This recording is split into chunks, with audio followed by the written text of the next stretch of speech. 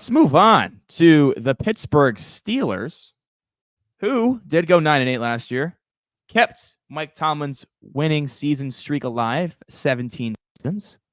The win total this year is 8.5, so they're right teetering that line again on whether or not that streak is going to survive. Reagan, does the streak end in 2024?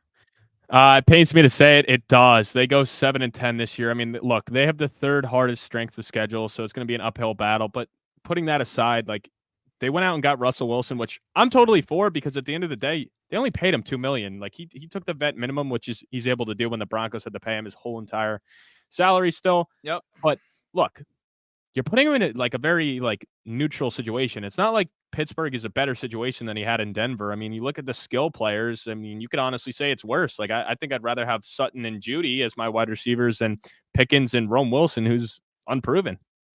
Very there's nothing about it. So, and in the running game, I mean, yeah, it's better, and you have a Jaylen Warren who's definitely more of a gadget guy, which you didn't have in Denver. But I don't know. I'd say it's a very neutral situation. And Justin Fields, same thing, like a very neutral situation where he proved he wasn't a good pocket passer. I mean, he's very athletic. We're not going to deny that, but neither guy exactly screams we can get over the hump with this team. And I know they really did address the offensive line, so that'll be helpful, but it's not like Fields had a terrible O-line in Denver or Wilson had the worst O-line in Denver. And honestly, people will be like, what do you mean? Russ had a great season last year. Russ's season last year was good on paper. It really wasn't a great year. It was good for fantasy. It wasn't good for real football. And you casuals out there will see that and be like, oh, they don't know ball. Yeah, he was great for fantasy. He threw 26 touchdowns, 8 picks. Yeah. He wasn't efficient. And half the reason he threw all those touchdowns was because you have Javonte Williams, who had a terrible year. He did not come back the same. He didn't have the explosiveness that he had before. So when you can't run the ball, you got to pass the ball. And they did connect on a lot of big plays. And Courtland Sutton had a great year. But yeah, it's great for fantasy. But I'm not bought into this team at all. I mean, I love the moves they made, but I just think with the strength of schedule and just the AFC getting so much better, like teams like the Jets, we expect to be way better. Teams like the Chargers, we expect to be way better. I mean, the whole AFC South is very interesting to me because Texans, Jaguars, Colts, and even the Titans, who I'm very high on this year, and I'll get into that in later episodes, you don't know what it's going to be like there. I mean, not this shit again. Not Reagan high up on the Titans again. And in the AFC East, man, I mean, outside of the Patriots, all those teams are going to compete. And then in the West, the Broncos and Raiders aren't going to be great. So to me, there's only 3 teams in the AFC that I think can definitely not make the playoffs. And I find it hard to believe that Pittsburgh is going to be better than 6 or 7 different teams to get that 7th wild card spot. So I have them going 7-10 this year. Yeah, Reagan, I agree with you on a lot of points. Some key losses here. Deontay Johnson, as you mentioned earlier. Patrick Peterson, although not in the heyday of his career, still a solid contributor at corner. Mason Cole at center. Kenny Pickett. They did bring in Patrick Queen on that defense, Dante Jackson at corner, Justin Fields, and Russell Wilson to compete at quarterback. I will say the best thing for the Steelers this year as compared to last year is that Matt Canada's gone. He was just awful. He was awful. No creativity, so predictable, just a terrible offensive scheme. They did run the ball a shit ton, especially in first down. Mike Tomlin wants to run the football and play defense. That's why Arthur Smith kind of seems like a perfect hire for what Mike Tomlin wants to do.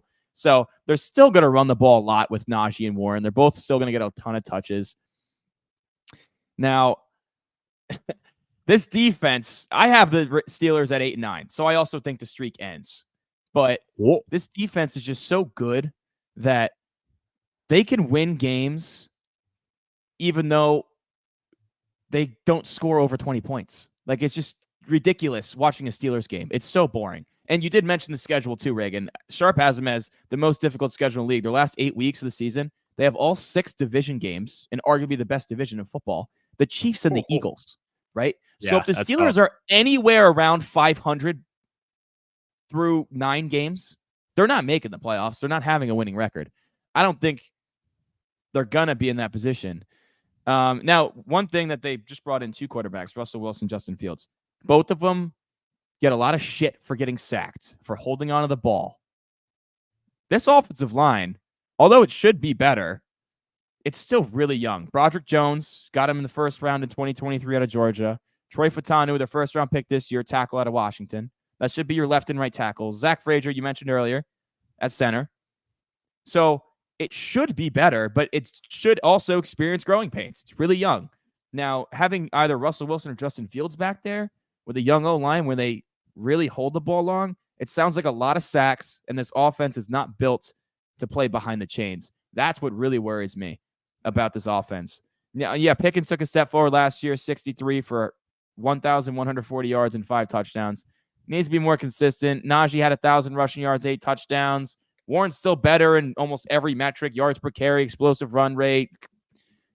But nobody cares about the nerd stats. Nobody cares about the nerd stats. Najee had a great year. We should have stopped at 1,000 yards. If they gave him the ball more, then maybe he probably would have had the most rushing yards. Just saying. Yeah, I don't know. I mean, I got Najee now, but I think Warren's just a better player at this point. But I didn't want to interrupt you before, but I was laughing when you go, well, they got rid of Matt Canada. Well, they replaced him with Arthur Smith. So I know.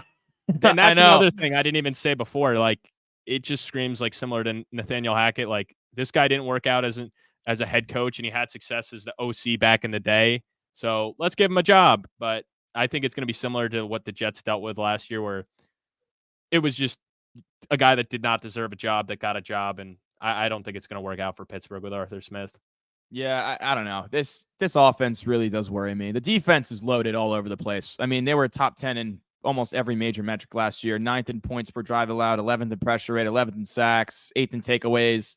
And that's even with Cameron Hayward. And now he's entering his age 35 season. So going to have to start thinking about his replacement. TJ Watt, 19 sacks. I mean, what more do you have to say about TJ Watt? Absolute stud. Alex Highsmith, stud opposite him. Joey Porter looked good as a rookie. Mika Fitzpatrick, one of the best safeties in the league. Defense is loaded. It's going to keep them in a lot of games. It's just, can they score enough points and not get too far behind where you have to worry about Russell Wilson or Justin Fields dropping back to pass and holding the ball and taking sacks behind a young offensive line and really just hurting the confidence of this offense. Ultimately, I think the schedule's too tough. That streak does end this year, 8-9 for the Pittsburgh Steelers. Yeah, I mean, I think we're both on the same page there with them missing the playoffs. I mean, my MVP. My MVP, I'm going to go with Patrick Queen because I think he's going to have another all-pro type season. I think he's going to be a tackle machine again this year. So I could have gone with Watt, but I just think you already know what Watt is. So, and he's going to get his sacks. Don't get me wrong, but I think Queen's going to have such a big impact in the run game as well that it's going to be putting him to the MVP thing. And maybe I'm getting a little cheeky with it and not taking the obvious one, but I'm going to go with Queen. You're getting a little cheeky. I'm going TJ Watt. I mean, the dude can push for 20 sacks every season, can push for DPOY every season. He's the most valuable player on this team. All right, X Factor, Reagan.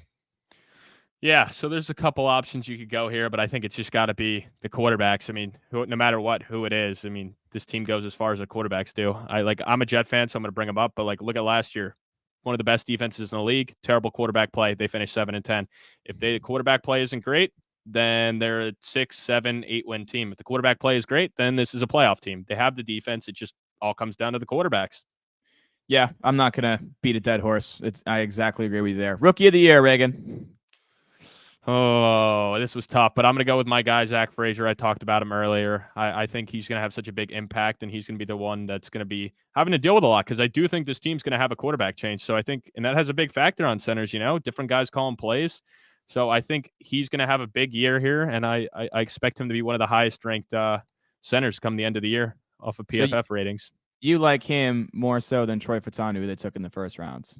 Yes, because I just think he's going to have a bigger impact year one because of what he's going to have to go through. Because I think they're going to be throwing a bunch of different quarterbacks, and he's the rookie center, and I think he's going to have to step up and be the one that's going to have to command it. He's the center is the second quarterback of the offense. You know what I mean? He's the leader of the offensive line. So I just think right away he's going to have to do it. And I think if he wasn't a center, I think he would have been drafted earlier. I just think a lot of it speaks to the position.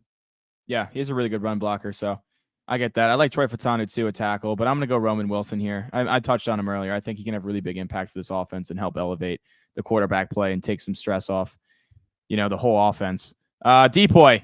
I mean, I guess you're going to go with Queen, right? I'm going to go with what? Touched on the MVP. Yeah. I mean, I don't know because Watt's probably the DPOY because he's going to have the bigger numbers because sacks are more important. Because I kind of view MVP as who is the most important. And I feel like Queen's going to have maybe a bigger impact while Watt puts up the bigger numbers. Yeah, but more It's tough to important, like say, the though. Steelers' Yeah. record though without Watt is like, I don't know the exact thing, but I think they said it last year towards the end of the season. They're like 2-13 without Watt or something crazy like that. But you also got to think their linebacker play was like non-existent last year, so that's going to fill a big hole. But yeah, you're probably right. Whiffed on Devin Bush. Yeah, I mean, really, honestly, it's probably Watt for both. And if you want to get cheeky, then it's Queen. It's all right. I'll allow you to be cheeky, bud. All right, I'll go with Queen then. All right, let's move on to